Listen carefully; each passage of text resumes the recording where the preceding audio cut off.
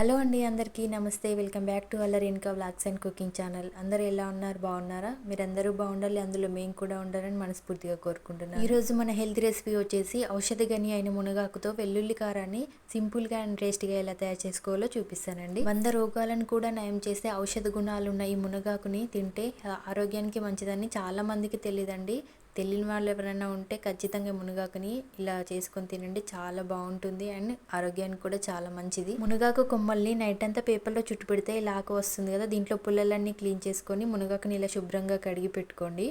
మునగాకు వెల్లుల్లి కారం తయారు చేసుకోవడానికి కావాల్సిన పదార్థాలు: మునగాకు, 1 స్పూన్ జీలకర్ర, 1 స్పూన్ ధనియాలు, ఒక మీడియం సైజు ఆనియన్ని సన్నగా కట్ చేసి పెట్టుకోవాలి. అలాగే 10-12 ఎండుమిరపకాయలు, ఒక 7-8 వెల్లుల్లిపాయలని ఇలా పొట్టు తీసి పెట్టుకోవాలి.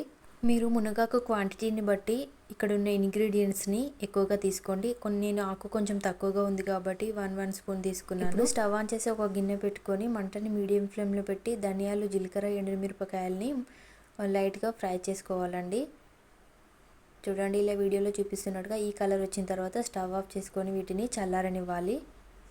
ఇవి పూర్తిగా చల్లారిన తర్వాత ఒక మిక్సీ జార్లో తీసుకొని గ్రైండ్ చేసుకోవాలి. సాల్ట్ని ముందే యాడ్ చేసుకోవాలండి, నేను మర్చిపోయి తర్వాత యాడ్ చేశాను. ఈ మునగాకు బీపీ, షుగర్ ఉన్న వాళ్ళకి, హార్ట్ ప్రాబ్లమ్స్ ఉన్న వాళ్ళకి, అలాగే కంటి చూపు మెరుగుపడడానికి చాలా బాగా ఉపయోగపడుతుందండి. ఈ మసాలాలన్నీ మెత్తగా గ్రైండ్ అయిన తర్వాత లాస్ట్లో వెల్లుల్లిని వేసి గ్రైండ్ చేసుకోవాలి. చూడండి, ఇట్లా గ్రైండ్ చేసుకొని ఈ పౌడర్ని పక్కన పెట్టుకోవాలండి. ఇప్పుడు మునగాకు వెల్లుల్లి కారం తయారు చేసుకోవడానికి స్టవ్ ఆన్ చేసి ఒక గిన్నె పెట్టుకొని 1 టేబుల్ స్పూన్ ఆయిల్ పోసుకోవాలి. ఆయిల్ కొంచెం హీట్ అయిన తర్వాత పచ్చిశనగపప్పు, మినప్పప్పు వేసి కొంచెం కలర్ వచ్చే వరకు మీడియం ఫ్లేమ్లో ఫ్రై చేసుకోవాలి. ఇవి కొంచెం కలర్ వచ్చిన తర్వాత 1 స్పూన్ జీలకర్ర, 1/2 స్పూన్ ఆవాలు వేసి ఫ్రై చేసుకోవాలి. తర్వాత మనం సన్నగా కట్ చేసి పెట్టుకున్న ఆనియన్స్ని వేసి ఒక 2 మినిట్స్ ఇలా ఫ్రై అవ్వనివ్వాలి.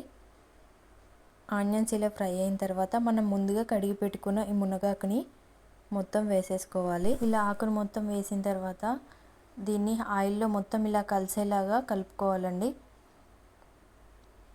ఇలా కలుపుకున్న తర్వాత మూత పెట్టి మంటను మీడియం ఫ్లేమ్లో ఉంచి ఒక 5 మినిట్స్ ఇలా మగ్గనివ్వాలి. మగ్గిన తర్వాత చూడండి, ఆకులోని వాటర్ అంతా బయటకు వచ్చేసి ఉంటుంది. ఇప్పుడు దీంట్లో 1 స్పూన్ సాల్ట్, 1 స్పూన్ పసుపు వేసి కలుపుకొని మరొక 2 నిమిషాలు మూత పెట్టి మగ్గించుకోవాలండి.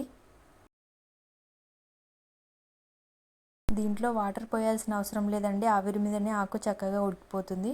చూడండి, దగ్గర పడింది. ఇప్పుడు మనం ముందుగా గ్రైండ్ చేసి పెట్టుకున్న ఈ వెల్లుల్లి కారాన్ని వేసి మొత్తం కలిసేలాగా కలుపుకోవాలి.